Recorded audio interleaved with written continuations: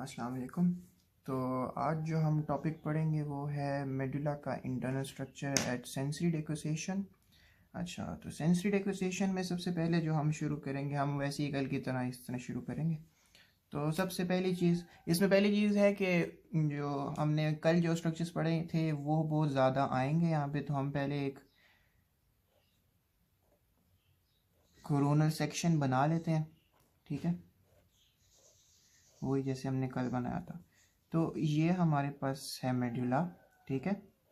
इस मेडुला का हमने कल ये पिरामिड्स देख लिए थे।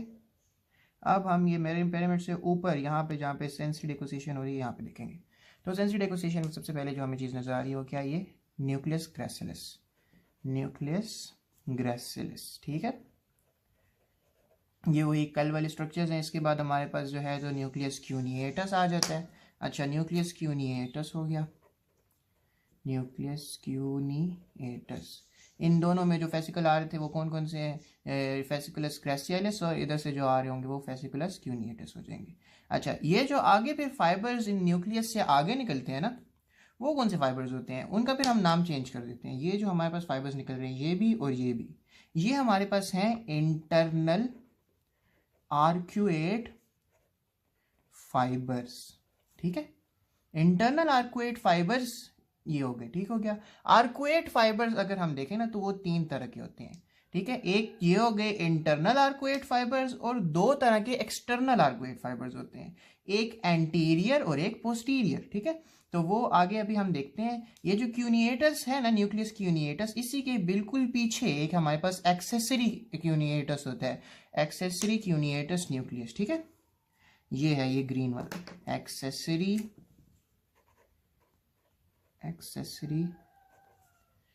न्यूक्लियस क्यूनिएटस। इससे जो फाइबर्स निकल रहे हैं ना, ये through the inferior cerebellar peduncles जाएंगे सेरिबेलम के अंदर, और ये फाइबर्स जो हैं, ये वाले फाइबर्स, ये हमारे पास होते हैं पोस्टीरियर एक्सटर्नल आर्कुएट फाइबर्स, ठीक हो गया।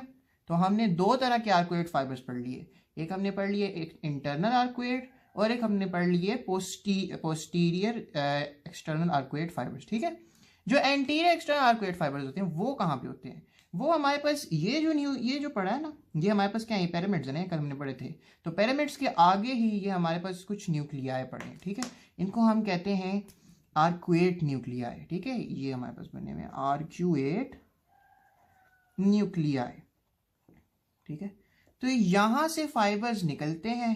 कुछ स्टडीज में कहते हैं कि ये इप्सिलेटरल होते हैं, कुछ में कहते हैं कि इप्सिलेटरल और कॉन्ट्रालेटरल दोनों होते हैं, और ये भी इधर आके हमारे पास जो है तो जाते हैं कहाँ पे, सेरिबेलम के अंदर। तो हमारे पास सारे जो है आर्क्यूएट फाइबर्स हो गए, ठीक है। अब आगे जो है ज़्यादा रिपीटिशन होगी, तो ये हमारे पास कौन सा न्यूक्लियस आपको पता होना चाहिए, हमारे पास है ट्राइजेमिनल नर्व का न्यूक्लियस, जो हमारे पास है स्पाइनल न्यूक्लियस, ठीक है, स्पाइनल न्यूक्लियस।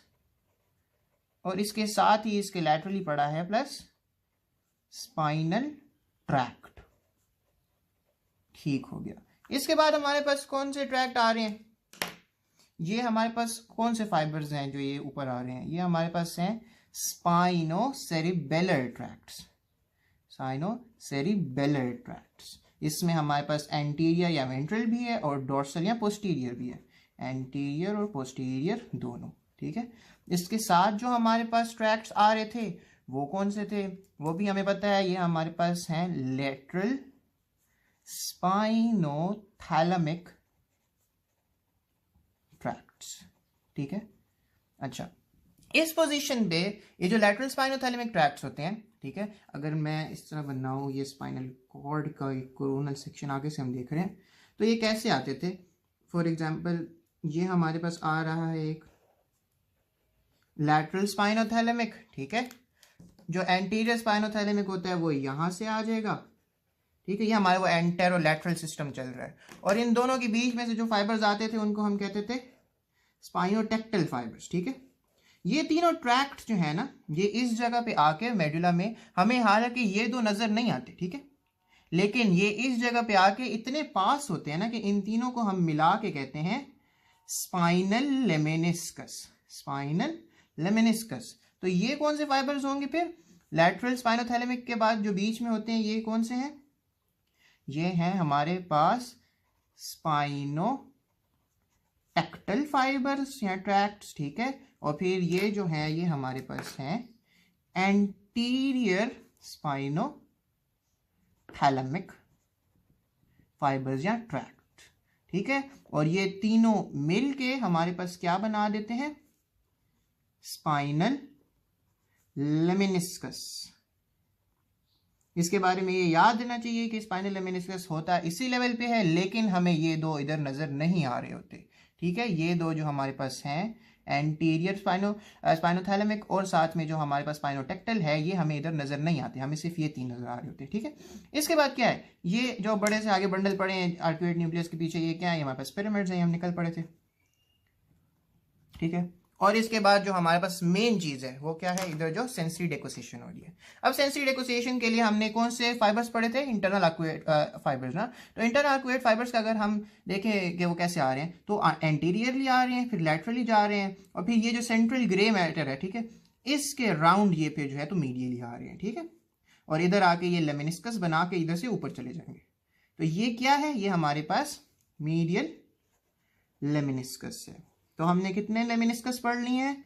हमने दो लेमिनिस्कस पढ़ लिए हैं, एक स्पाइनल लेमिनिस्कस और एक मीडियल लेमिनिस्कस। और फिर ये हमारे पास एक ये जो छोटा सा हमें न्यूक्लियस नज़र आ रही है, कौन सा है? ये है ऑलिवरी न्यूक्लियस।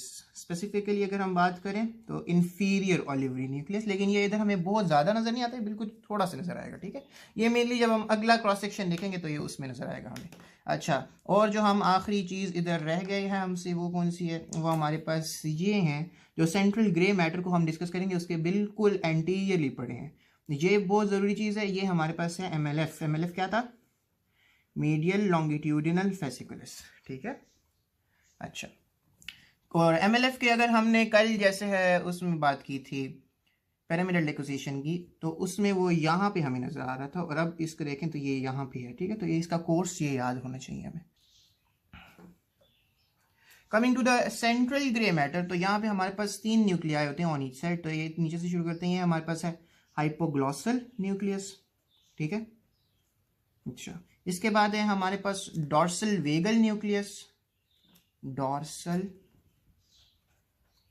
वेगल न्यूक्लियस, ठीक है। और फिर ये जो आखिरी है ये हमारे पास है nucleus ambiguous, sorry nucleus of tractus solitarius, tractus solitarius, इसको हम NTS भी कहते हैं, न्यूक्लियस ऑफ ट्रैक्टस सॉलिटेरियस, ठीक है। अच्छा, इधर से आखिरी चीज़ जो हम देखेंगे वो क्या है कि जो कौन कौन सी हमें नर्व रूट्स निकल रही हैं। तो जो हमारे पास नर्व रूट्स निकल रही हैं वो कौन कौन सी हैं?